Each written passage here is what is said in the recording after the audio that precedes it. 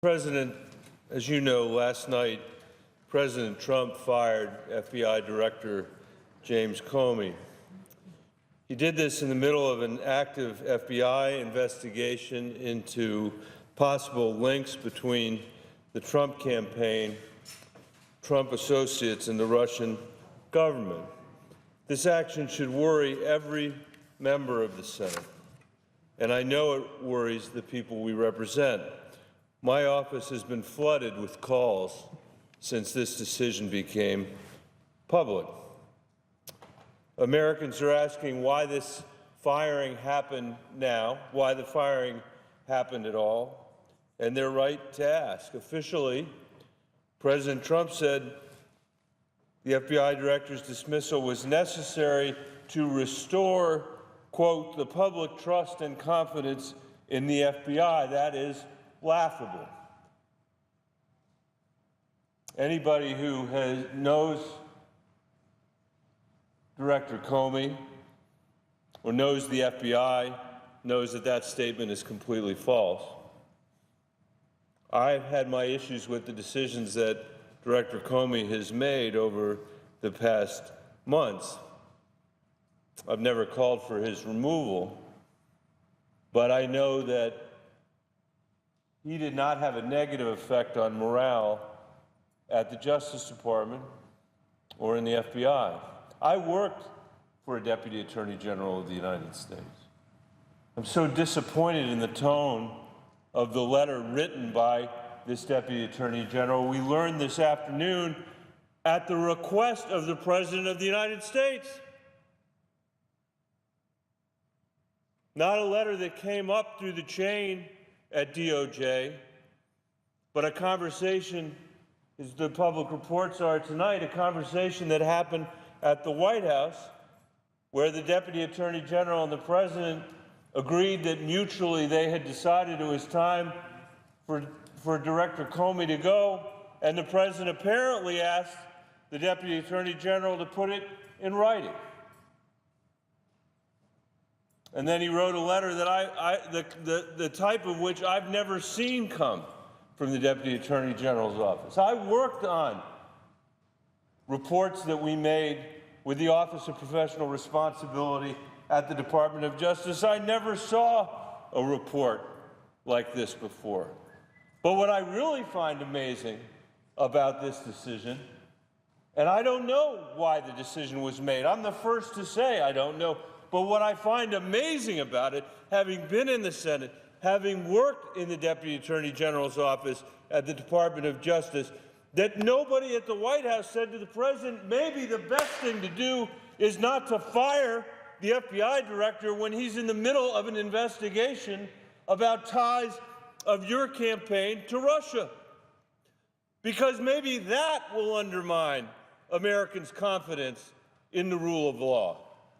Maybe that will undermine Americans' confidence in this administration and worry people that the FBI isn't treating this fairly. The idea that not a single member of the administration was successful in making that case to the President is really worrisome to me tonight. And it's one of the reasons why people think the answer of why this firing occurred is simply not credible. President Trump, unlike some, has repeatedly praised Director Comey over the past months. He said he had guts. He said, I respect him a lot. And now overnight, based on a completely non-routine letter written at the request of the President, he's gone 180 degrees. The American people deserve an explanation for this unprecedented action. They deserve an explanation tonight. They deserved one this afternoon. They know this isn't how our government is supposed to work. And I think the reason why people in Colorado and other parts of the country, I'm sure, are concerned is that this dismissal is not the first action the President has taken that's raised concerns about his commitment to the rule of law. or his commitment to the independent judiciary, or to the freedom of the press under the First Amendment when he doesn't like the scrutiny he or his administration are getting from a free press. He does not have a fundamental appreciation for the basic institutions and traditions of this country.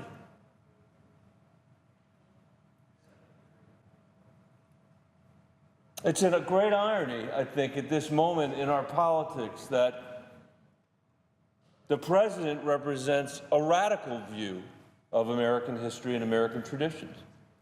And it's my hope that the Senate, Republicans and Democrats working together, can express together a conservative view of those traditions. A view that says we need to preserve the sanctity of the rule of law. We need to preserve and elevate the idea that the judicial branch is an independent judiciary, separate from the legislative branch, separate from the executive branch. The founders knew that when they wrote the Constitution. And their biggest concern, or one of their biggest concerns, was that somehow the judiciary and the executive branch might reach some sort of unholy alliance that would all of a sudden call the rule of law into question. And I think that's why people are worried.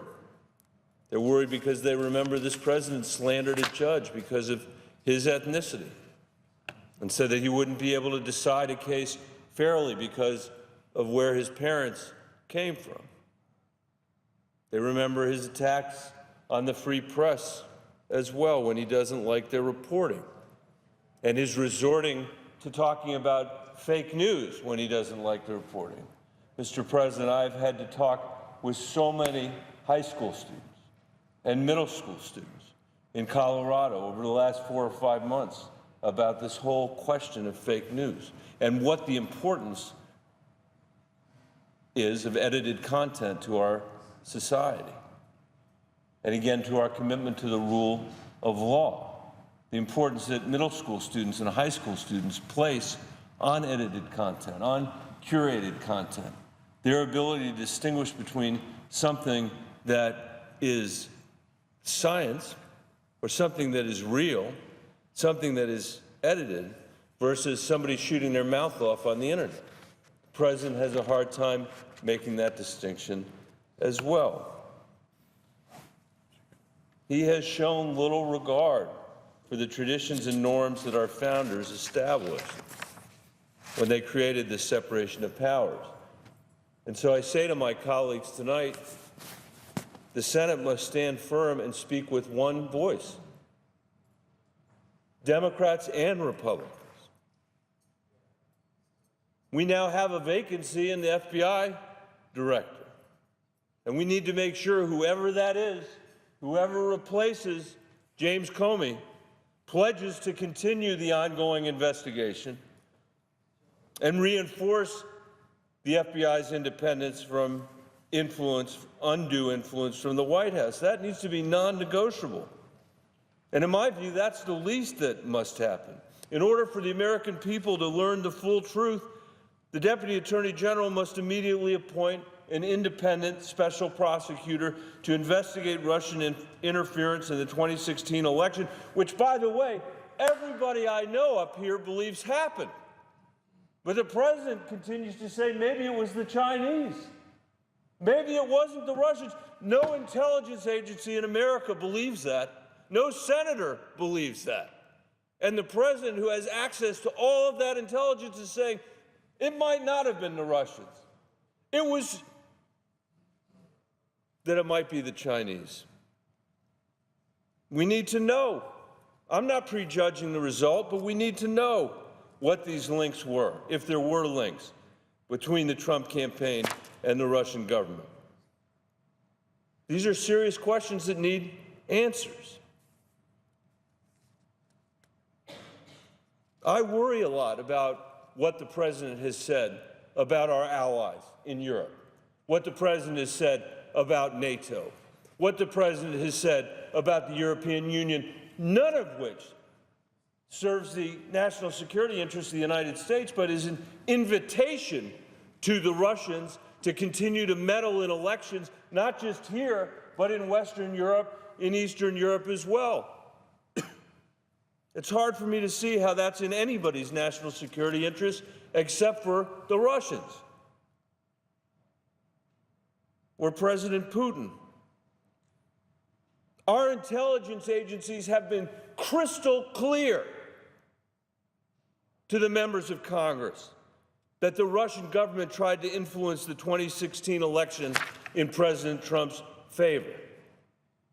The American people deserve to know what the truth is, what is the extent of these relationships, because it goes to the core of our security.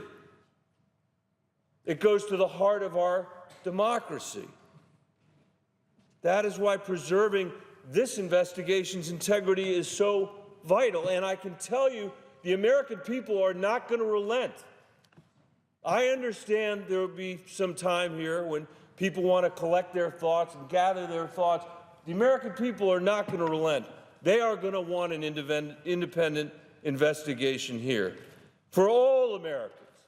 And I would say most of the time, but certainly at moments like this, a moment in the course of our politics when they say to us, partisanship needs to give way to patriotism. This is one of those moments. And I urge every member of this body, every member of Congress, to rise above the pressures of the moment and see this not as just another skirmish in our endless and often pathetic feuding, but as a test of the resilience of these institutions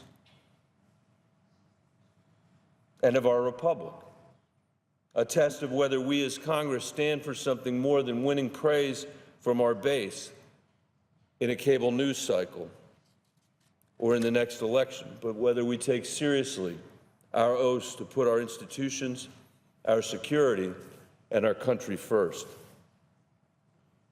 I yield the floor.